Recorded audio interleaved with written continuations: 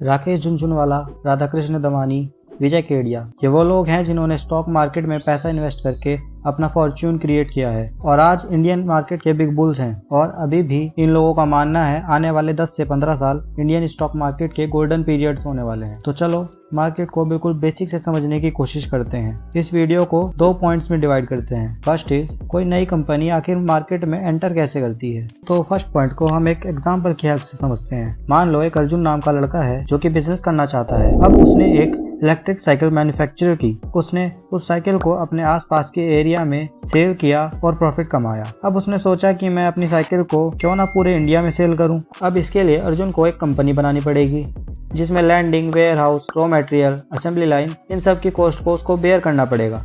अब ऐसे सिनेरियो में उसके पास 2 रास्ते बचते हैं, या तो वो किसी से डेब्ट या कर्ज ले ले या फिर किसी एंजल इन्वेस्टर या वेंचर कैपिटलिस्ट के पास जाकर उससे फंडिंग ले ले। अब क्योंकि अर्जुन का एक नया स्टार्टअप है तो वो डेब्ट के केस में तो नहीं पड़ना चाहता, तो उसने दूसरा रास्ता चुना। कंपनी कुछ % डाइल्यूट की और एंजल इन्वेस्टर और वेंचर कैपिटलिस्ट से फंडिंग ले ली। जनरली एंजल इन्वेस्टर और वेंचर कैपिटलिस्ट दोनों ही फंडिंग के बदले कंपनी में कुछ हिस्सेदारी मांगते हैं। अर्जुन का बिजनेस अच्छा चला और अब उसने अपने बिजनेस को और ज्यादा एक्सपेंड करने की सोच ली, जिसके लिए उसको और ज्यादा फंडिंग की जरूरत है जो कि एंजल इन्वेस्टर और वेंचर कैपिटलिस्ट भी नहीं कर सकते। ऐसे केस में पिक्चर में आता है स्टॉक मार्केट। अब अर्जुन को अपनी कंपनी को मार्केट में लाने के लिए प्राइमरी मार्केट में अपने शेयर्स को लिस्ट करना होगा। मार्केट 2 तरह की होती है। First is primary market and second is secondary market. Primary market वो मार्केट होती है जहां पर न्यू सिक्योरिटीज क्रिएट होती है। सिंपल लैंग्वेज में बताऊं तो इस मार्केट में नई कंपनीज जैसे अर्जुन की जो साइकिल की कंपनी है, ये कंपनियां अपने न्यू शेयर्स या फिर बॉन्ड्स को पब्लिक में बेचती है for the very first time, जहां पर वो अपने शेयर्स की वैल्यू को खुद डिसाइड कर सकती है।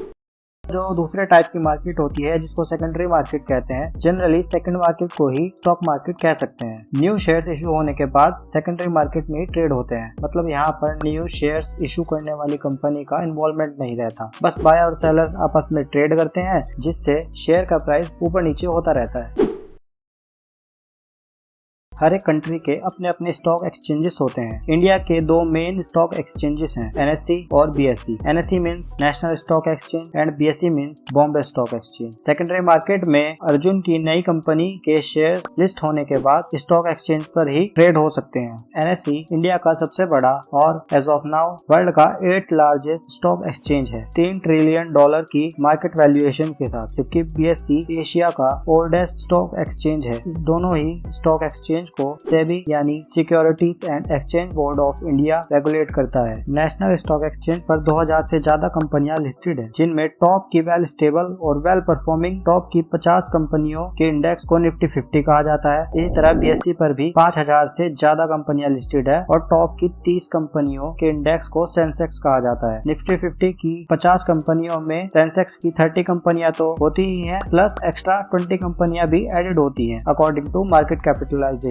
किसी भी कंपनी का मार्केट कैपिटलाइजेशन निकालने के लिए उसके करंट प्राइस को उसके total number of company share से मल्टीप्लाई करने पर उस कंपनी का मार्केट कैपिटलाइजेशन निकाला जा सकता है। अगर बोला जाता है कि बाजार में गिरावट है या उछाल है, तब अगर निफ्टी या सेंसेक्स के मैक्सिमम स्टॉक्स में बाइंग होती है तब बाजार ऊपर रहता है, और जब मैक्सिमम स्टॉक्स में सेलिंग का प्रेशर ज्यादा होता है उस समय शेयर बाजार में गिरावट होती है। अब बारी आती है दूसरे और इम्पोर्टेंट पॉइंट की कि तुम कैसे मार्केट में इन्वेस्ट या ट्रेड कर सकते हो। स्टॉक मार्केट में इन्वेस्ट करने के लिए 3 अकाउंट की जरूरत होती है, bank account, demat account and trading account. Trading and demat account आपको आपका ब्रोकर ही प्रोवाइड करता है। अब देखो, बैंक अकाउंट तो आप लोगों को पता ही है, ट्रेडिंग और डीमैट अकाउंट आपका ब्रोकर आपको प्रोवाइड करता है। जब आप अपने अमाउंट को शेयर्स को बाय करने के लिए आपको अपने बैंक अकाउंट से फंड्स को अपने ट्रेडिंग अकाउंट में ट्रांसफर करना होता है, जिसके बाद आप जिस भी कंपनी के स्टॉक को बाय करेंगे वो आपको आपके डीमैट अकाउंट में शो होने लगेगा। एग्जाम्पल के लिए, जैसे मान लो आप कोई online item UPI apps like phone पे, गूगल पे, पेटीएम, इनके थ्रू बाय करते हो और अगर आप उस UPI ऐप के वॉलेट में पैसे ट्रांसफर करते हो तो वो वॉलेट ब्रोकर्स में ट्रेडिंग अकाउंट की तरह काम करता है। और जैसे खरीदा हुआ सामान आपको ऑर्डर लिस्ट में दिखाई देता है, उसी तरह ऑनलाइन ब्रोकर्स में आपको अपने शेयर्स डीमैट अकाउंट में शो होते हैं। इस वीडियो को मैंने बहुत सिंपल लैंग्वेज में बनाने की कोशिश की है। अगर आपको मेरी कोशिश अच्छी लगी हो तो आप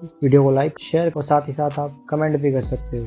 और इस वीडियो में मैंने कई बार शेयर्स और स्टॉक इन दो वर्ड्स का यूज किया है, तो अगर आपको इनमें फर्क नहीं पता तो आप मेरी ये वीडियो जाकर देख सकते हो।